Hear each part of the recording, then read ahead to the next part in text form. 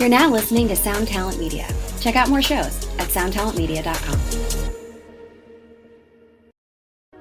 This episode is brought to you by Madewell. Ready to step up your denim game? The experts at Madewell use premium fabric and the latest denim technology to make super comfy, never want to take them off jeans in fits and styles for everyone. The kind of jeans you'll reach for again and again. Get $20 off your online jeans purchase by using code Spotify20 at Madewell.com. Terms apply. Please see Madewell.com/promos for full offer details.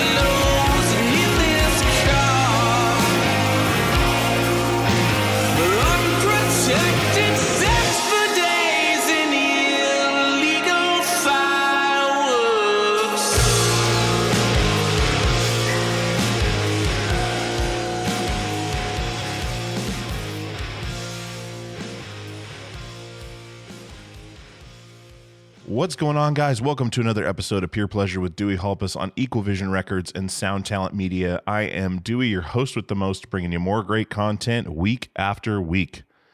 Today, we've got a second episode this week and a part two for you. Emma Arnold, a comedian I had on quite a while back, one of my favorite comedians, but we went into some deep stuff the last time we chatted. And I wanted to do a part two. I've wanted to do a part two since we did the part one and hit her up and she was able to do it. We did, I think, 2.5 hours of one of the most intense chats I've had in a long, long time. So there's trigger warnings in this episode. This episode goes really deep into mental health, dissociative disorder, we talk a lot about, the different parts, personalities, things like that within DID, and it's a fascinating chat, but it is a bit dark, and there are some triggers in there for people struggling with DID and trauma, sexual abuse, suicide. There's a lot of things in here, so definitely do not listen to this with children. And, if any of those things are triggering for you, I would recommend not listening to it. But this chat was incredible. I really appreciate Emma's openness and honesty. And, she's always an open book when she comes on. And I expected no less. But I do want to say that I do appreciate it. It's a hard thing to talk about. It's a hard thing to do. And I know the first time she talked about her struggles was on this podcast the first time she was on. So big thanks to her for being open, and hopefully this helps some people as well and opens some people's eyes to the reality of this and gets rid of some of the stigma. So let's hope for that. Anyways, guys, I really am stoked to bring you guys this episode. And so let's get some business out of the way here and we'll jump right into it. PurePleasurePodcast.com is the website. If you want to get in touch with me, you can hit me up on purepleasurepod@gmail.com.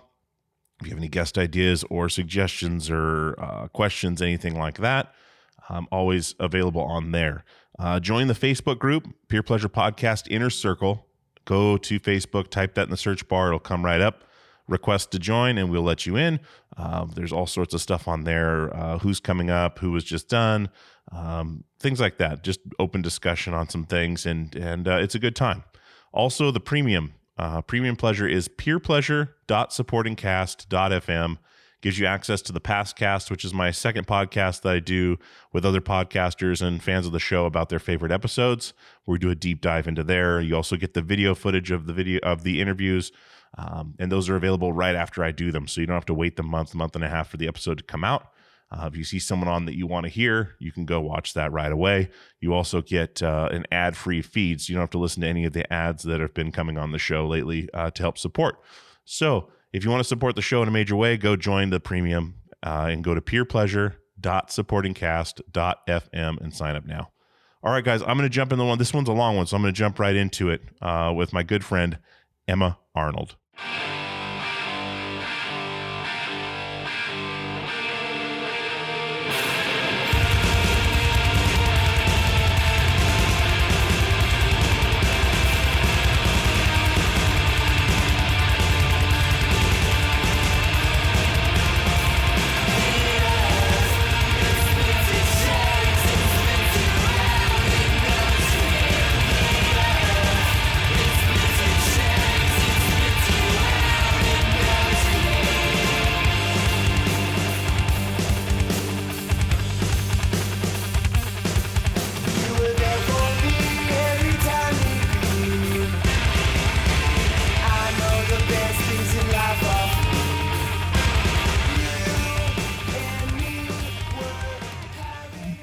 How are you? Good. How are you? Oh, fantastic. Fantastic. Can you hear me okay? Yeah, I can hear you fine. Awesome. This is great. I'm so glad you're coming back on the show. Yeah. Did we Zoom last time or just do it over the phone? I can't remember. No, we just did it over the phone. Oh, fun. Okay. Cool. Yeah, it was back before I had the studio. So I was literally in my car recording on a mobile setup last time. Yeah, look at you with your fancy mic and everything. Yeah, Dang. yeah. I was using just the, God, I don't remember what mic it was I was using. I don't even have it in here anymore. Oh, well. Nice, but you got a studio now, huh? Got That's a studio awesome. now. It's, yeah, things are rocking and rolling. Cool. How are you doing? Good. Yeah, good. Just hanging out home? This is my studio. It's my bedroom, but that's what I've been using. This and Squadcast is where I've been at. So yeah, it works, you know. What is Squadcast? I've been using it instead of Zoom just because as far as like, you know how like with Zoom, you still kind of have that weird little pause a bit. Uh-huh. With Squadcast, you really don't. And you don't have to have people record their own audio. You can record it so Squadcast records your audio. You have video between the two of you, but it doesn't record the video. So then you just have the audio. And I've only ever had one hiccup with it with Chris Cubis, which I thought was on my end. And then later he was like, nope, it was totally me. I fucked up the next podcast after that too. So I've never had any issues with it. It's pretty great. Huh. I've heard of like StreamYard and stuff, but I've never heard of Squadcast. That's interesting. I'll have to check that out. Yeah, I like it.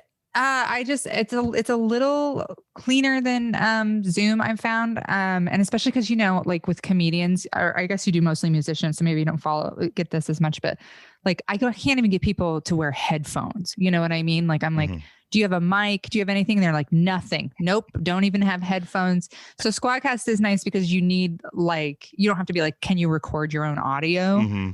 Because usually they can't. So that's part of the reason I started using Squadcast is because nobody can figure out QuickTime or Band or whatever, you know? Yeah. So they don't have to download they don't have to download something else to have it, right? Yeah. If somebody has the capability, I have them do it just so I have a backup for me, so that I have a multi-track, you know, but like in general, I just pull the Squadcast audio straight from there and they don't have to do anything. Sometimes, you know, like I do just after I lost Cubis's interview, I was like, fuck. So then after that, I was like, if people can do a backup, I always do one, but I've never needed to use it, luckily. Okay. Yeah, I know it was like nice. StreamYard always, like the StreamYard thing, you have to have someone download Chrome, like Google Chrome. I don't know anyone that has a Google Chrome, but it's like I still have Chrome. Do you really? But, okay. Yeah. Maybe it's an Idaho. It's like all my passwords are there. So even though I finally got an iPhone, I was like, yeah, I'm stuck. I'm here forever. Okay.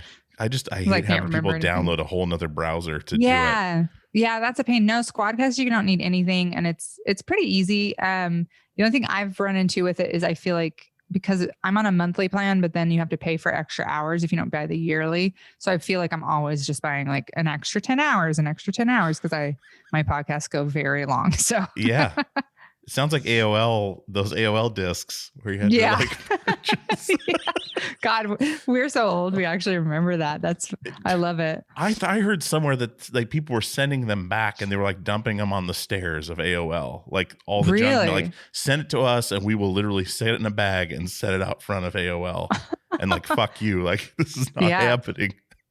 Good. I'm glad they did, because you used to get them like weekly. It was wild how many you'd get. It was like, what, 7,000 hours or something of internet time? Yeah. And like, it's ridiculous.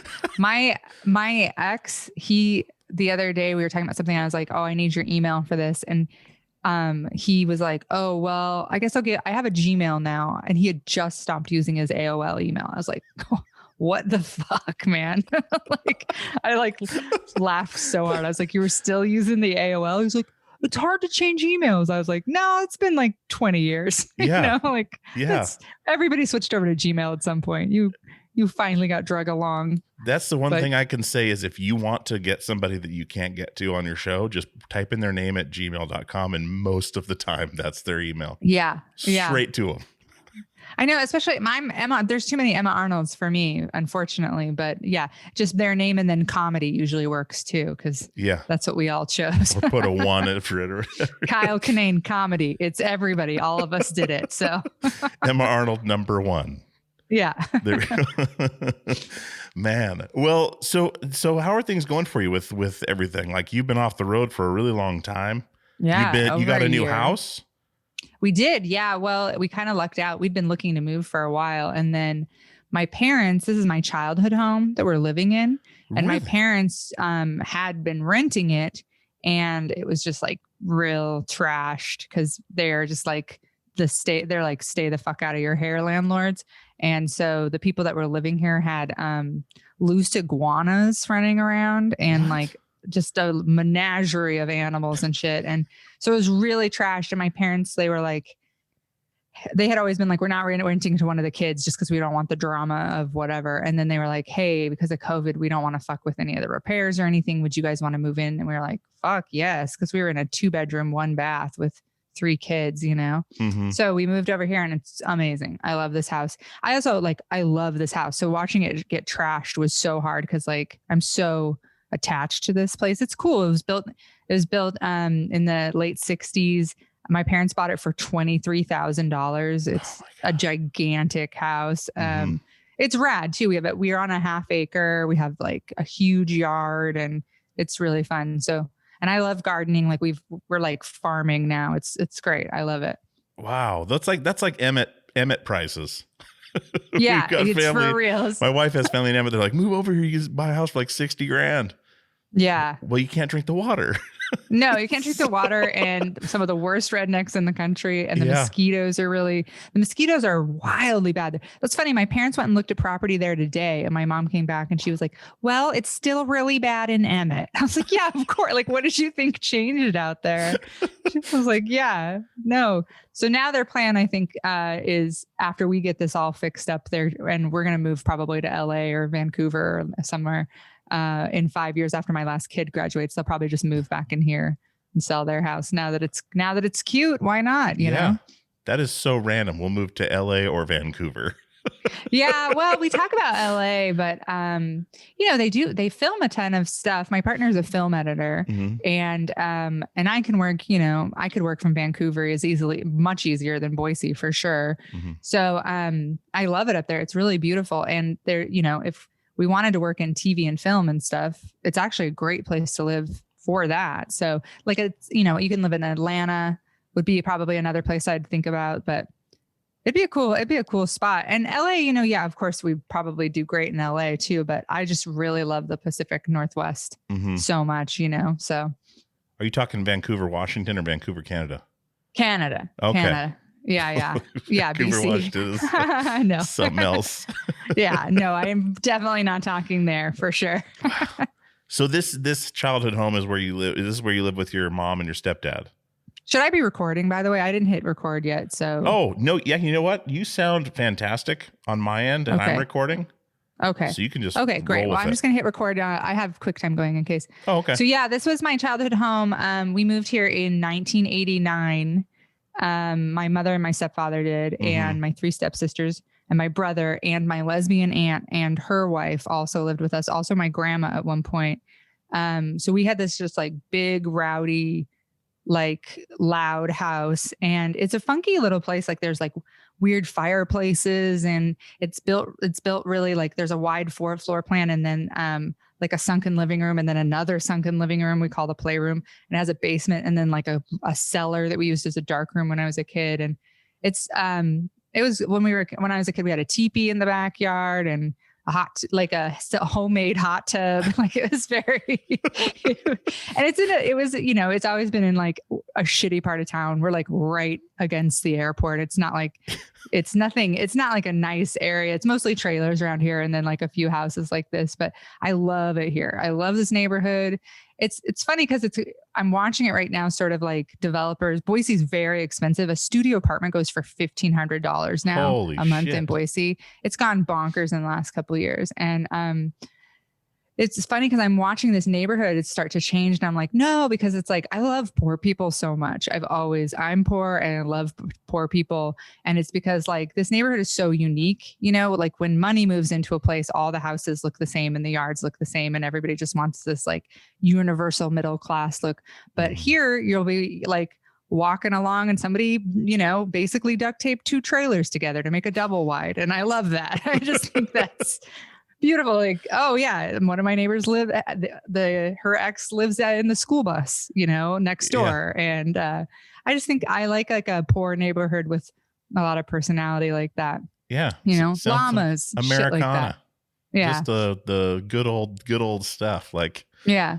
God, I remember our house used to be right next to like up against a trailer park, and like we weren't affluent or anything, but we had a house. And everything else around us was trailers in this island in Alaska. And they used to throw their garbage over the fence into our yard.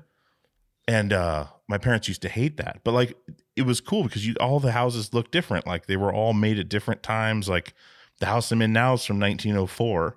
And it was the only house in the neighborhood. And now there's houses everywhere. There's a picture we found of it with the guy who built it standing on the porch, and it's just farmland. All you can see is farmland. Yeah, this used to all be farmland around here. Like we were in like a little pocket neighborhood, but we were surrounded by farmland and fields, and like there was a creek, and it's all gone now.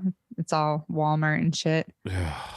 It's kind of yeah, and it's kind of the same here. Like it's funny because down the street is the same family that was there. I won't say their last name, but when we were kids, we called them the Bernices because the daughter was named Bernice and the mom was named Bernice. And so we just called them the Bernices. But they just, when we were kids, they just threw all their trash out in the yard, and they just had like mountains of trash. And then they won a whole bunch of money in the lottery, like $200,000, $400,000. And they cleaned up the trash. Like they just made no changes really, other than they cleaned up the trash and they bought a boat. And that was like, they're like blew all that money, I guess, on trash cleanup and a boat. I don't really know. But the same family still lives there. And like it's funny, a lot of the kids, this is a very low income neighborhood. And a lot of the kids I grew up with are still living with their parents or back like me living in their childhood home, so it is kind of interesting to see that, like, which ones of us got out and which of us are like, hey, Jay, it's just kind of funny.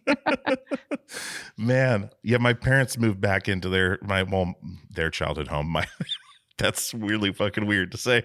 It's not both of their childhood home. It was my dad's childhood home. And yeah, he's sleeping in his old room. And it was just like at the end of his life. So it was like, man, you really came full circle here. He's like, yeah, I made a lot of bad decisions because he didn't want to be back there, but that's where he ended up, literally sleeping in his childhood room up until the day he passed. Like it was crazy.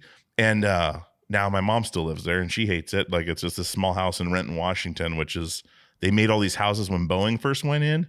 Mm-hmm. And so like temp houses or whatever. Yeah, there you go. The Highlands, like they all look the same. They're all like little flat roof, like weird house. It's crazy.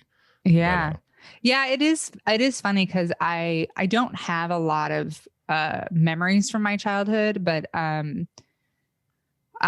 when we moved back in here, I had been kind of worried, like, is it going to be like hard for me? Is it because I didn't have the greatest childhood? Not bad in this household. This household was actually fine. It was just like regular 80s neglect household. It was fine.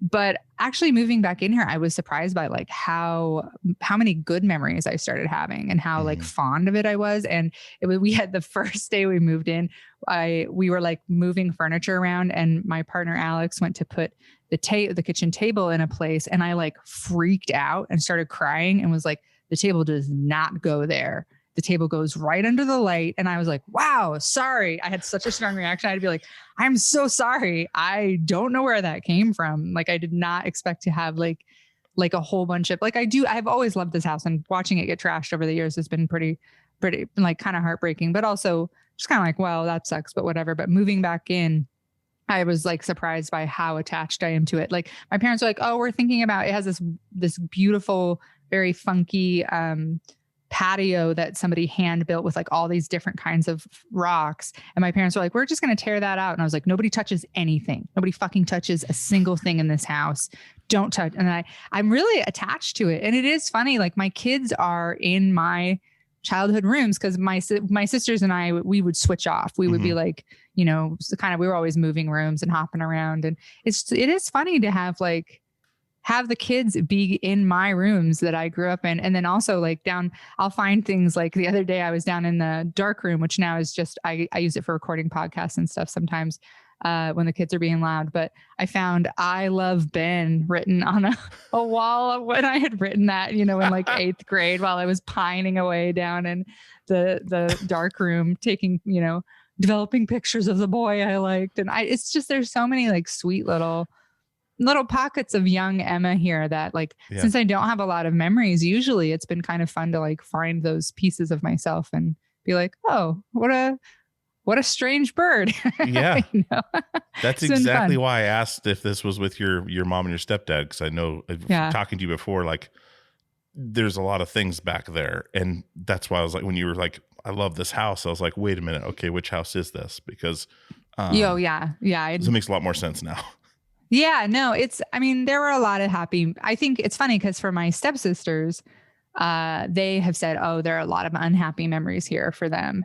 And I think it's just a difference in level of trauma for childhood. Like for me, this was the happy house. This was like where I felt safe and comfortable and loved. And things were not perfect by any means in our family, but in my other house, things were so bad that like when I would come back here, I would just be like, I was pretty happy here in a lot of ways. So it's funny. My sister has been like, it's just so weird being in here. I don't even like it. And I'm like, I love it. It's great, but we had different childhoods and, completely. So makes sense.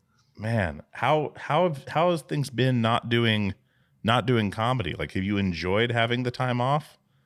Yeah, I have. And I feel kind of guilty about that in some ways because I had gotten so sick just before COVID that I had already been planning to take a year off, kind of. I had already been, I didn't know how I was going to do it, but I was already like, and I didn't necessarily think a year, but I knew for my health, I was like, I can't keep touring. Like I don't know what I'm going to do, but I can't keep doing this. So I had already been like, I need to figure something out. And then COVID hit.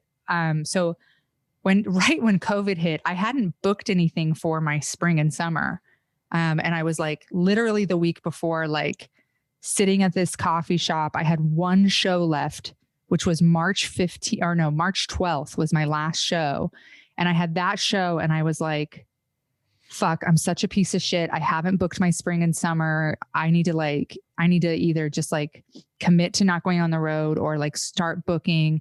And I literally sat down and like made a list of bookers that I knew would be flexible if I had to cancel because of my health stuff. And I was like, all right, I'm going to do these places. And then I luckily procrastinated and didn't email anybody. And like a week later, everything was shut down. So it was kind of a weird timing for me because I was just like, oh, I'm definitely taking some time off already. But I needed a break, like I had been really running ragged for a long time. And it's so interesting, that I don't know if you read that article that came out. Olivia Cathcart wrote it. I believe for Paste magazine. I love her. I love her articles. She's like one of the only people actually talking about how bullshit comedy can be. She wrote this article about how like, hey, we don't have to go back to this like grind culture after this. We don't have to do this. Like, I think, COVID has shown we don't have to.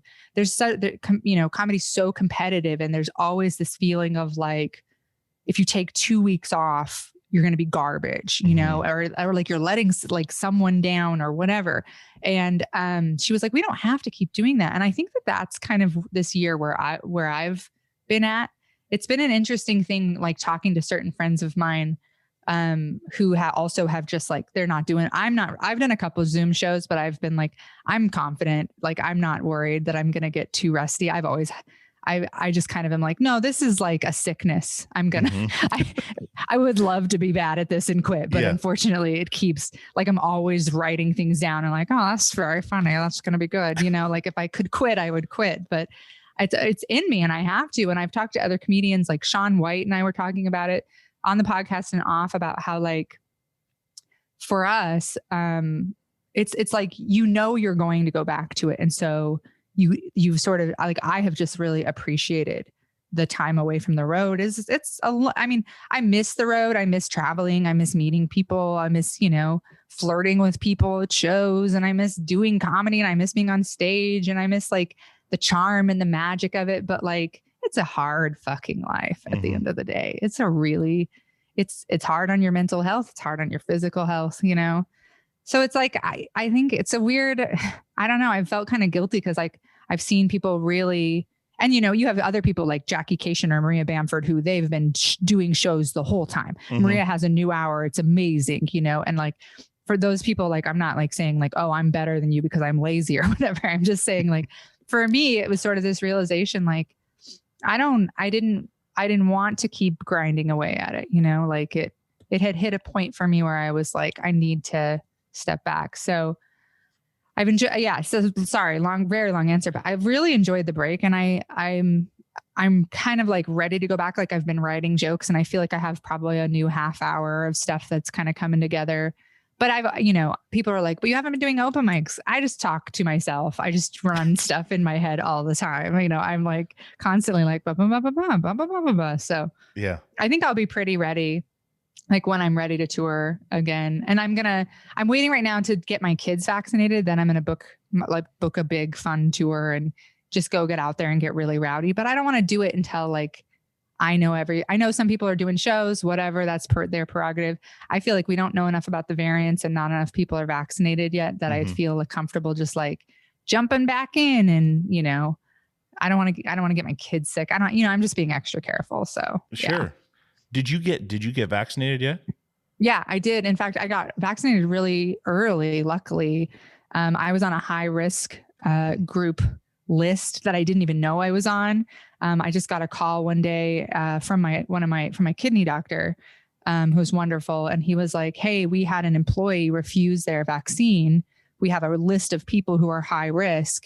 Do you want it? And I was like, fuck yeah. So I ran down there, got the first vaccine, and people were like, how did you get it? And I was like, nepotism, I think. I'm so sorry. Like, I really think it was just like, a bunch of doctors were trying not to waste vaccines. And if they knew of somebody they had been treating who had been very ill for the last whatever, they were just like, run down here. So I got vaccinated really early. And, it's like a relief because so before that, I hadn't been to a grocery store. We were like picking up all of our groceries. I hadn't been around, like we'd had a few friends who I knew were being safe over to the backyard. And, like I haven't seen anybody, I haven't done anything. And last week, my partner got his first vaccine and I have both. And so we were like, let's fucking go to the store. We went to a grocery store for the first time in a year, like, double masked and the whole thing and being very 6 feet away. But at the same time, I told him afterward, I was like, I feel bad for the people who didn't take this serious this year, like the anti-maskers, which in Idaho, there's a lot of. I can only imagine. It's so bad. Yeah. They're like have it every Saturday, like an event where they burn masks and stuff. It's so annoying. But I feel bad for those people because I'm so deeply changed by this year to, you know, I'm going to appreciate for a while. I mean, we're human and we forget so quick to be grateful, but, I'm like going to a grocery store was so exciting. Like I was just like, it was just so fun. It was such a, and you have this when you're in there, you're like, whoa, it's crazy. You just get to walk in this place and there's as much food as you'd ever wanted, every kind. And also, you know, it's Fred Meyer. So you're like, and clothes and pool noodles and the car battery. Like I was just like, oh, this is, I like wandered around and I just like was so like, oh, it's so easy to take just these little things for granted that for a while after COVID, for me feels still like, and seeing my friends and like, man, I just can't fucking wait to hug my mom. I just want to hug my mom so goddamn bad. And, you know, just like stuff like that. Like, I just feel like I'm going to feel so grateful. And I feel like the year, I was always a kind of an introverted person and, you know, like to be alone, but like really a year alone has deeply, deeply centered me and made me find a lot of like self-acceptance. And I feel really solid. And I feel like, man, if you were just like going to water parks all year on masks, like you didn't get to have that with us. And those people didn't get to sort of like go through this collective trauma we all went through that bonded us. Like our kids' generation, like think how bonding this will be for this generation, you know, like we went through COVID together. And I just think if you fucked around, you kind of missed out. And I think you'll see retroactively. I've already seen it. Like people I know who were kind of shitty anti-masker are like deleting stuff from their Instagram. Like, oh, and they're like, I can't wait to get back out there now that I'm vaccinated. I'm like, you've been out there. You were at brunch every weekend, but they want to be part of it because it is special. And I think on some level we know that, you know? Absolutely. Absolutely. That's hilarious. They're trying to get on the train of doing whatever they want, then get back on the train of, oh, it's so beautiful. Like we're back. Oh, yeah. It's like the end of Castaway or something when he finally gets to like, whoa, look at all this food, you know, like, oh, I can only see, I had to go to the store, you know, once or twice a week to get groceries because I was the one going to work. So I was the one who would go to the store as well. And then my wife and kids would stay home. Yeah. Because my son's high risk too. And you that autoimmune deal going on. That's what was getting you down. And so like my son's got heart issues. So it's like, okay. And we were already homeschooling both kids to start out anyway. So nothing really changed for us except for everyone's wearing masks. So it's really strange. But then, having that bonding experience, I absolutely agree with you on that because it's huge. I don't think any of our neighbors participated in any of this. Like the neighbors next to us all got COVID. Dude was on oxygen for like 3 months afterwards because of lung damage. And their kids they were bringing daycare kids over to stay there all day with them with like what? Jesus. It was insane. Yeah. It was insane. And like we keep our kids inside or like in our yard and they're like, oh, I can't go play with the rest of the kids. Like all those kids are not participating in this. Like they're just doing what they want. And I think they all got it. It was terrible. Yeah. I mean, my kids had to make so we did online school. We homeschooled this year. And, you know, from in the beginning, their dad and we were having some friction because he was a little being more lax and stuff. And then he flies life flight. And so then he started seeing some of the more serious cases and he was like, shut it down, you know? So then we were really on the same page. We decided to homeschool the kids. And, but I did have to, you know, the kids had to make a lot of sacrifices for my health this year. Like they have not hung around their friends. They've had kids over masked and stuff. They have not been able to do a lot of the things that their peers have gotten to do with masks or not even in that, you know, like they've had to be extra careful and they've been so amazing and respectful about it. And I know it's been really hard, but at the same time, like, man, we had kind of such a fun dope year. Like, I feel kind of guilty because I know some people have had a really hard time, but like, we've really bonded. Like we were tight before, but like, we're so tight now. And like, I don't know. There's 3 brothers, you know, and they've always fought like hell. And I think this year they kind of went like, oh, fuck, you're it. You know, like you're my only buddies. And they all 3, like the 3 of them have gotten super tight and are just like more like best friends, like how I always wished they would be when they were younger. And I was like, well, maybe when they're adults, because when they're little, it's all just punchy, you know? Yeah. And, but they've gotten so tight and then we've gotten really tight. And it's like, I don't know. It's been really sweet and really special in some ways. And especially because like my oldest is going to turn 18. I'm going to cry if I talk about this, but my oldest turns 18 this year. And he, you know, he's a year behind, but he's still like, he's going to move out in theory, or at least like kind of start his own adult life in another year. And it was really sort of special. Like they all got like an extra year of childhood. Like nobody was trying to be cool for anything. Nobody was trying to like keep up or like, you know, everybody just kind of got to be a kid. And you saw them like, including me, we all just sort of reverted back to this like best childhood version of ourselves. We were just like really pretty happy and chill and everybody getting along mostly pretty well. I mean, there were certainly some bumps, especially in the beginning. We had a couple bumpy when they started online school. There was some heartbreak there. And we had some definitely rough goes. I always said that once a month, somebody fell apart. One of us took a turn of just like, I had one, we all just had one big meltdown where it's just like, I hate this. I hate it.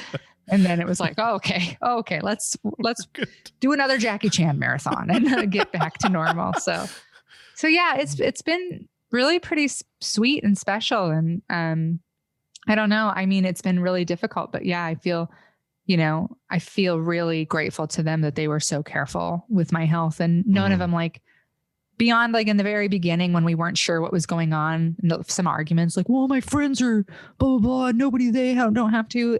After that, nothing. They've just been really, really awesome. Wow. I wonder if Alex sat him down and laid the law down. You're going to kill your mom. Okay. Yeah. You're going to fucking kill her. And then you're stuck with me. It might have been because there was like way back at the beginning of summer when kind of like, or even like early spring when nobody was really taking it seriously, like the numbers were starting to creep up. And those of us who can read were like, hey, everybody's saying like 500,000 people are going to die. And their dad and stepmom were like, you're ridiculous. 500,000 people are not going to die. And I'm like, I'm reading all this stuff. It's crazy.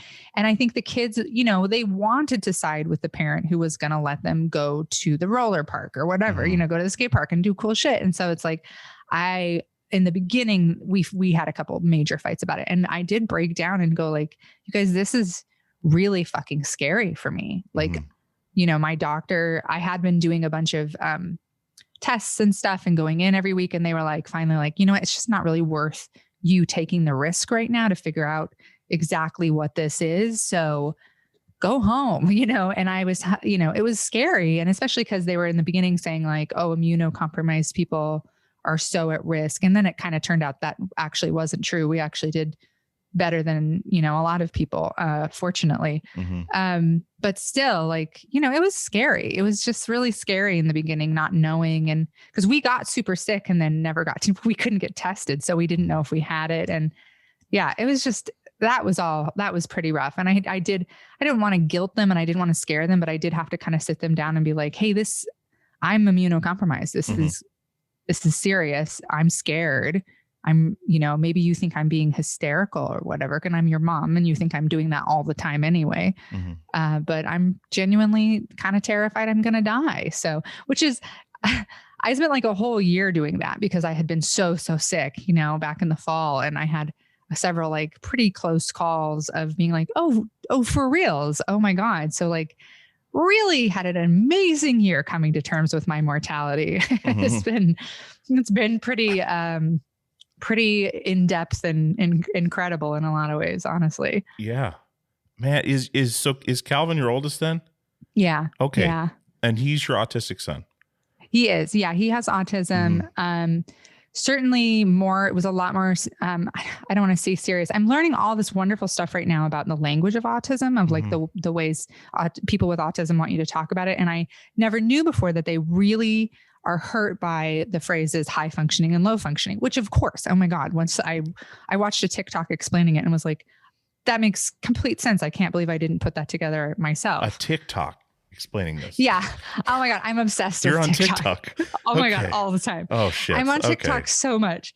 I love TikTok because Twitter, when Twitter first started out, I loved Twitter because I'm very interested in people's experiences. I've always been like, when I'm at an airport, I'm always like interrogating the people sitting next to me. Like, what do you do? Where are you from? What are your hardships? And I feel like Twitter, I've learned so much about like my own racism and ableism and like all of these things. And like, I've learned so much about like Black history, just all of this stuff that I had no idea about because of the amazing activists on Twitter. And, but then Twitter started to kind of get into this, like, it's like, now you'll see one tweet and then you'll see 400 tweets that are the same tweet, and it started to kind of get very grindy. And also it gives me horrible anxiety. So I'll get on Twitter and then usually about 15 minutes later be like, yeah, you have to be done. You have to be done. Like my heart will be pounding. Yeah. Cause I'm a doom scroller for sure. I'm just like, especially during COVID and during this Black Lives Matter stuff in the summer, the whole year has just been one big doom scroll. But TikTok, I really love because it's a mix of like, dancing and cooking videos and just like people showing you around their life, but then also like amazing activists that you can follow who like will be like, I'm going to give you 7 1-minute videos about like why what you're doing is appropriating Native culture. And it's stuff that's like laid out very simply. And it's so interesting to me. And so it's just very helpful. I'm always like, oh, I didn't know that. Oh, fuck. So I follow a bunch of autism activists, and I also follow some disability activists, which I watched the movie Crip Camp, which I don't know if you've seen, but it's best movie I've seen in 2 years. I'm obsessed with it. It's so amazing. I just want to make everybody watch it and just like pause for a minute and think of how much struggle disabled people go through to just get treated like even partial human beings in our country. Like, it's just so wild. And I grew up, my mom took care of a girl. We were like, our families were really tight, but she took care of their daughter with cerebral palsy. So I grew up around someone with cerebral palsy and watched a lot of those struggles and, having a child with autism. And especially in the early days, Calvin had so many more challenges. And now he's outgrown a lot of the physical stuff, but also he's learned a lot of what they call masking behaviors, which is where a lot of times what we used to call high functioning, what people will say a person uses masking behaviors. So they've learned ways to hide their autism from the general public so that they don't have to deal with the consequences or the judgment or whatever of that. So when Calvin was little, there were so many physical things going on and so much stimming. And so his Tourette's was really difficult at the time that I really was like, I don't know that he'll ever have like a, quote unquote normal life. And we were able to get into some pretty amazing cognitive therapy, and he did occupational therapy and group therapy and social therapy and individual therapy, which was all kind of on his own. I think he came to me and was like, I want more treatment when he was about 9. And was just like, I need to know what this is and what's going on. So we were lucky that we got sort of thrown into this big assortment of programs. And now people will sometimes say to me, which I always feel very weird about this. People will be like, oh, I didn't even, when I met him, I didn't even realize he was autistic. And I'm always kind of like, well, I don't know what to say to that. He is, we have a neurologist, so it's not really, but I also am kind of like, yeah, he learned a lot of, for better or worse, these masking behaviors. One of the things we did, which now is like really frowned upon, and I wish we hadn't been a part of, was he was a part of this occupational cognitive therapy to get rid of his stimming, which is self-stimulation. It's the hand flapping, the behaviors like that. And it turns out that causes like really bad depression in people with autism and can cause them to be suicidal. And he never stopped doing it, but he would be able to control it during class and stuff. And but then he would get home and just like do it like in circles and circles and circles. And it was like he would have to get it in. And I never discouraged him from it, but I kind of wish now that we hadn't even done the therapy to like mitigate it or whatever. But I don't know. I mean, it's weird because now Calvin's at an age where like recently another friend of mine with autism was asking me questions about Calvin, and I was like, I just kind of feel like you should have this conversation with him almost, because like he's old enough now. I feel like I can sort of describe the outside of what this looks like, but the inside is maybe, I don't know. It's a weird thing to have been the advocate for somebody for so long. And then one day you're kind of just like, and now can tell you himself, yeah, it's interesting. See, the reason I wanted to ask you this is because I don't know if we talked about it last time, but my son Grayson's autistic as well. So we're in the middle of it because he turns 10 this year. And he's still very much the stimming it changes. It's weird. He's gone from like the hand flapping and stuff to then like slapping his belly on one side. And the weirdest thing to me though is he'll be standing there like with his pants on, like no shirt on or something before bedtime. We're getting his pajamas on, and we still have to dress him. He can dress himself, but it's always backwards and inside out. Oh yeah, really crazy. That only stopped honestly a couple years for us. A couple years ago for us. All of a sudden, it was like it clicked, and he was like, "Yeah, I see tags." See, yeah, there you go. I was like, one day I was just like, "Oh wow, he has not put anything on," and he still will occasionally. It definitely still happens, but that is such a funny thing. That's interesting. Yeah, he'll slap like right where his belly meets his thigh, like right in that pocket. So it makes this like popping sound, and no matter how hard or how much he does it, it never turns red. Ooh, so he's like cupping his hand in a way that maybe just lets the air hit. Yeah. It sounds like he's smacking himself so hard. And then he slaps you around. So like he'll put his arm around you and like hit your back and ask if you hear it. Like, do you hear it in your body? Oh, so it's almost like he's telling us like that's what he's hearing in his body. Like so he does that. He's got his cart. He rides by the trains and he always like flaps his hands in a certain way. It's like so calculated and fast that I've recorded in on my phone a couple times in slow motion to watch and their exact movements every time. And like rhythms when he's tapping on things, there's a rhythm he uses. Like and people they'll stare at the store and stuff like that. And usually it's because he's swearing or saying something crazy. He'll ask if he can hit you, or he'll say he's going to die his sister or whatever. Like, they've been playing Mario and stuff, and we was like, "Oh man, you died," he's like, "I'm gonna die you," like, or like, I love that. That's very cute. He punched an old lady in the crotch in the store. She got really upset, but I was walking. I had one hand held, and he does stuff like that. But then he'll like, "Excuse me, sorry." Like he'll do his thing, but then he'll apologize or whatever. Like it's really strange the thing. But we're like approaching 10 years old. And he's reading, he's doing a little bit of writing. He can't really make full letters yet, but we think he has some dyspraxia and things like that too. Yeah, Calvin had that, and his writing is still like, it looks like a first grader or second grader. Yeah. Actually, all my kids have that. It just runs in my family, and my brother has it. My biological father has it, but the small motor stuff.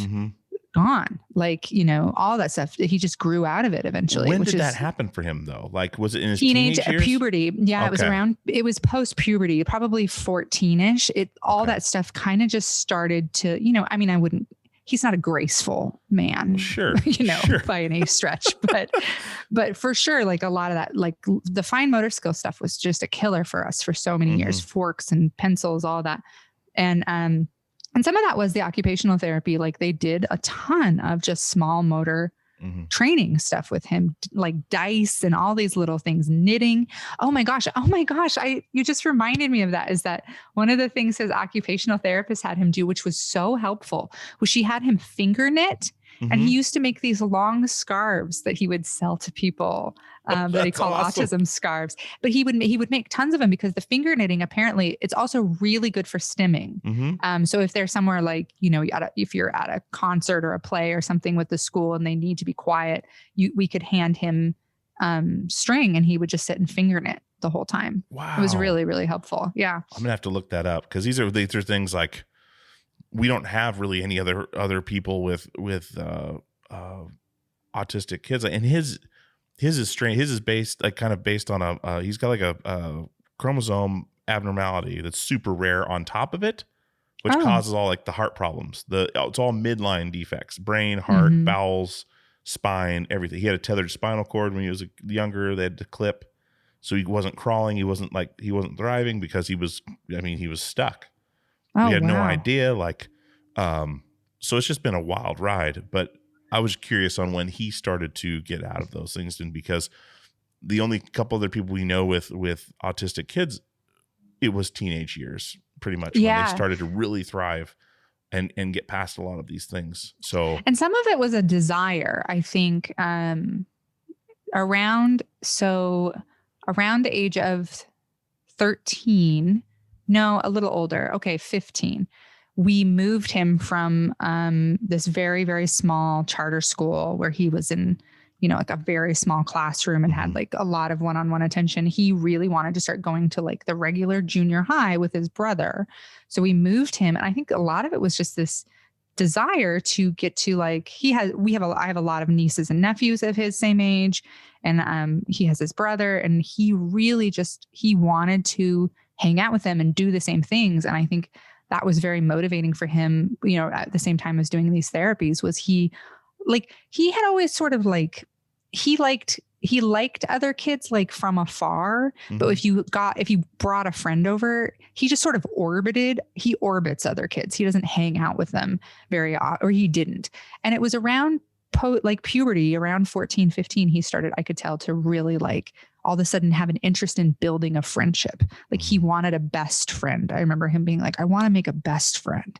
And, he's so lovable and sweet. He had no problem doing that because he's just a doll. But, I think some of it was like he suddenly became very motivated to work on a lot of that stuff and to fit in, I guess, is probably some of it, to fit in. Yeah. He also around that age developed an interest, shockingly, in girls. And that was very motivating and does quite well because he's tall and handsome and completely emotionally unavailable. So he does very well with the ladies.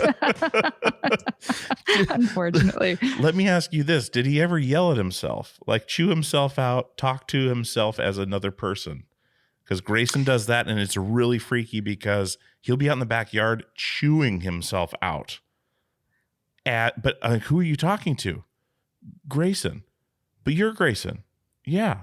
I'm talking to bad Grayson or good Grayson. Like, oh, really? It's really strange. And he'll go up to his room and scream at himself. No, wow. Grayson, no, you don't do that. Don't touch that. Don't touch the cat, Grayson. Like, but he's like good and bad. It's like he's his own. His inner monologue is outer. It's how really interesting. Weird. And he wants to be alone. He wants to go out on his own and be independent. But if we let him, he'll be in the middle of the street. Or he tried to walk through a campfire, or he'll walk to the water, or he'll try to, or he fell out a window at our old apartment, second floor. Luckily, he's like a drunk driver most of the time and doesn't tense up. So he just hit the bark dust down below, chipped a tooth, and that was it. Wow. Like 16 feet. And like head first. It was absolutely the most terrifying experience of my life. But he has this inner monologue. It's crazy. I don't know. I mean, and saying it's crazy is the wrong word to use, but it's intense. Like, yeah. And I've never heard of anyone else really experiencing that. Definitely, he never did that. He also my biggest fear with him was always that he was going to get hit by a car because would be so unaware of his surroundings. I'll be like, look both ways, and he just is not. He's just he's a moon man. He's got his head in the clouds, but he never really did that. My nephew, who has autism, and he was nonverbal until a couple of years ago, and he started being more verbal, and he definitely talks about himself in the third person as he started to talk more, which is why also he can read like at a 7th grade level. It's so strange. Like he can read just fine. It's the verbalism part of it is so hard for him. But that also, it's kind of interesting because it sounds like with Grayson, I'm like, that sounds like DID, which would be a whole nother like layer to have like the talk. Cause that's what I do is I'm constantly, arguing with different parts of myself and to some degree, that's normal. We all have different parts and stuff, but to have like a good version and a bad version and to be like trying to get the bad version to cooperate and it's not is much more DID sounding, which, and like he needs you're still one more struggling thing. with that now. Yeah. And I guess I always will. It's been interesting. It's been very different for me. And in the last 6 months or so, or a year, I guess, not almost a year, like 6 months. I did mushrooms. That was something I had read. This is very self-medicating. But I had read that a lot of people who have DID have a lot of success doing mushrooms, and that it seems to help people with integration. And I had talked to my therapist about it, who was very square. He was very square. And he was like, no.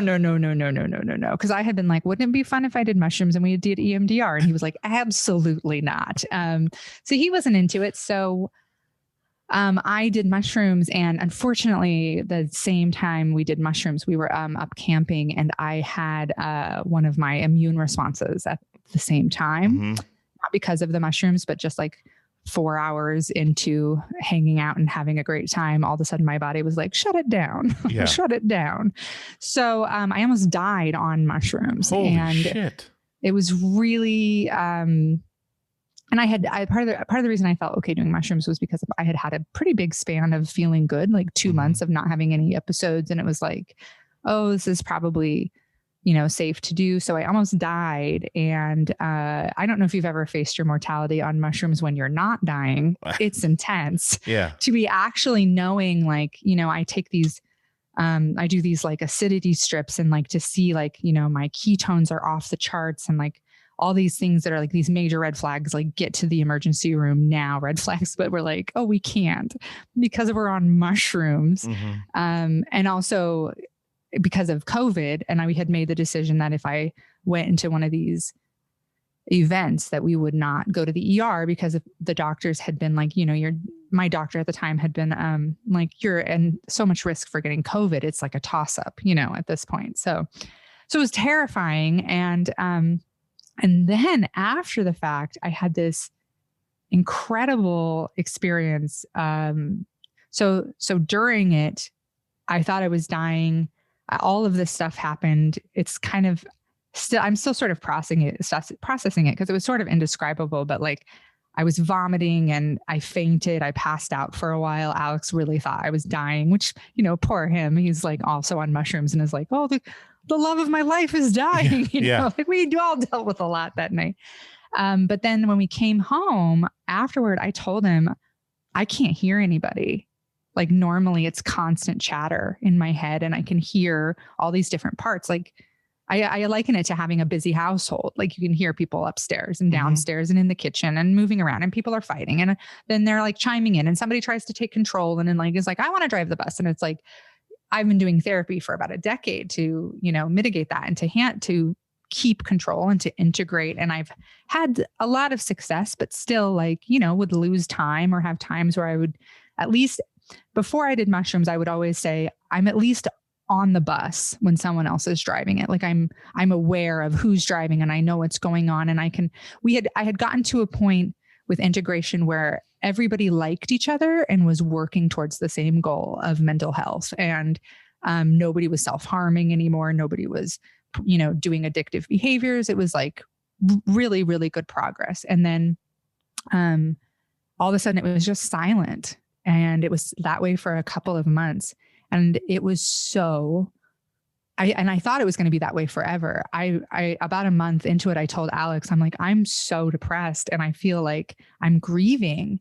I'm going through this massive loss because I feel like everybody's gone. But at the same time, I could feel that it wasn't gone. It was like everything had I was like, I've done it. I'm integrated. This is what it feels like to be normal. Like I could feel that I'm one person. I'm not 8 people running around arguing in a body anymore. And I thought, I have worked most of my life to get to that point. And after it happened, I just hated it so much. Yeah. It was so heartbreaking. And I was like, I missed everybody and I was so sad. And it felt like I felt like I had literally died, like during that experience. And it was so silent and so strange. And about 2 months in, I all of a sudden started to kind of have this, like, I sort of had this realization that everybody wasn't gone, that I had reached this deeper point of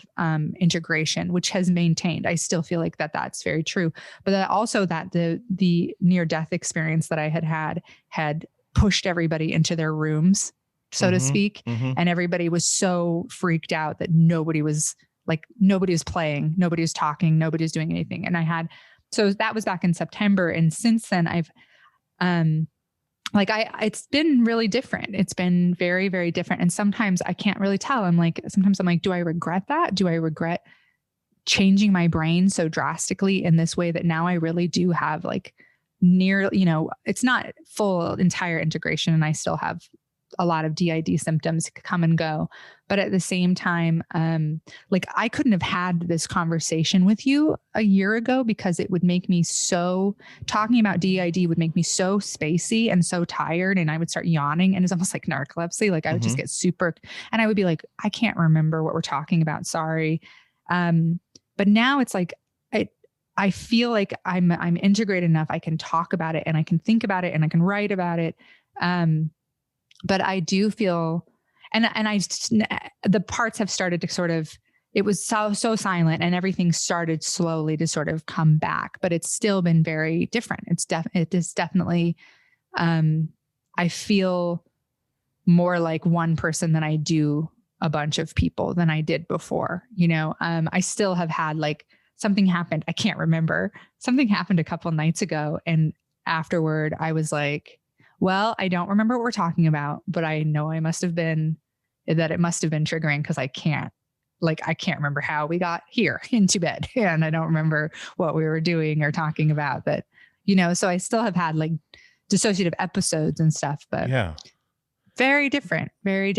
And it really made me, it did make me, my DID has been something I didn't understand for most of my life. I just knew something was weird and different, and I hid it, and I did my very best to never let anybody know anything about it. And after my diagnosis, I kind of started I told my partners, and I told my mom, and everybody I told was always like, oh, that makes so much sense. It just, everything about me clicked for them.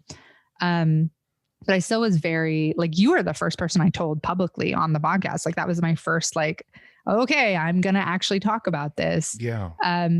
But now it's funny because I think that after losing those pieces of myself briefly, since then, I've just felt so different about it. Instead of it being this big secret and this big, medical issue that I've always tried to hide from everybody. Instead, I sort of started to feel this is your gift. This is this lovely, wonderful, beautiful, fun, exciting, interesting part of you that, that has always made, I don't know, part of the reason I'm never lonely is because gang's all here. You know what I mean? I've always been really good at solitude because I have a whole bunch of things happening around me, and I've never been bored. I'm not a very bored person because I've, and I always have been so good at so many different things, because one part plays piano, and I have all these different pieces of me doing different things at all. And people would always be like, how are you so busy all the time? Well, it's a lot easier when you're not just one exhausted person, There are a lot of really beautiful things about it that when it was gone for a couple months, I was just devastated. I really was so heartbroken. And as it's come back online, I am grateful because I do think the way it's come back online has been I don't feel the anxiety that I used to feel when certain things would start happening. And I would be like, no. Cause I would feel oh no, I'm going to lose control or lose time or whatever. I don't have to feel that anymore. Cause I feel for the most part, I'm pretty safe. It could also be argued. I do think nothing has triggered me in a year because I haven't been anywhere except my safe, cozy little house. And who knows what will happen when I get back into the real world and men are grabbing my butt at shows and I have to turn into a tiny, angry lesbian for a minute and deal with that. It'll be very interesting to kind of get back out there. But yeah, that was I don't know, if you have DID, I would think long and hard before taking a bunch of mushrooms and trying to cure yourself of it, because turns out it's like one of my favorite things about myself, you know? Yeah. Well, first, there's a lot to unpack here because first off, I really appreciate you talking to me about this now, for one, and back then. Like, that was a huge thing, like, to talk to a stranger on the phone about something so personal. You know what I mean? Like, I remember after we were done, it was kind of like, wow, like, this was like, Yeah. I was not exhausted, but I was like I usually walk away from these like really inspired or like fulfilled, or this is kind of my therapy is connecting with other people. Right. And it's funny, my therapist that I just started with, I've been through so many, actually listened to the podcast. I was like, because it was like the first appointment kind of thing. And I was like, you know what? I'm going to send you an episode of this podcast. Just listen to it. And you'll kind of hear what it's about. And it was not you're in my episode. It was a different one, but where we really went deep on both sides. Like, I started saying things and like we both like lost it like in mid episode, like, and so she was sending me like responses, like not critiquing the show, but like saying things she heard and where she thought it came from. And then like, she's like, people go to school for a very long time to do what you're doing right now. Mm-hmm. And I was like, well, that's fantastic. Like, but like this helps me, you know what I mean? Like this show helps me. And when I don't do it for a week, I feel it. Like, I feel different. Like, I feel off. But so that out of the way, thank you for sharing that with me back then and now. But when you're talking about this situation, like I've had some friends on that have done the ayahuasca trips and stuff like that they said was maybe like one night was the most difficult thing they've ever had to do in their life. The other one was the greatest thing they've ever done in their life, where they're going through this trip. But with your DID, like when you're saying like who's driving the bus and things like that, like it sounds like a house, like you're saying, but when that house is going and milling around like a house does, you know how you can tell someone's fighting upstairs. You can tell someone's watching TV in the basement, but you can't really hear what they're saying to each other. You just know the volume and you know the mood. Is it kind of like that, where you're not hearing you're hearing what they're saying?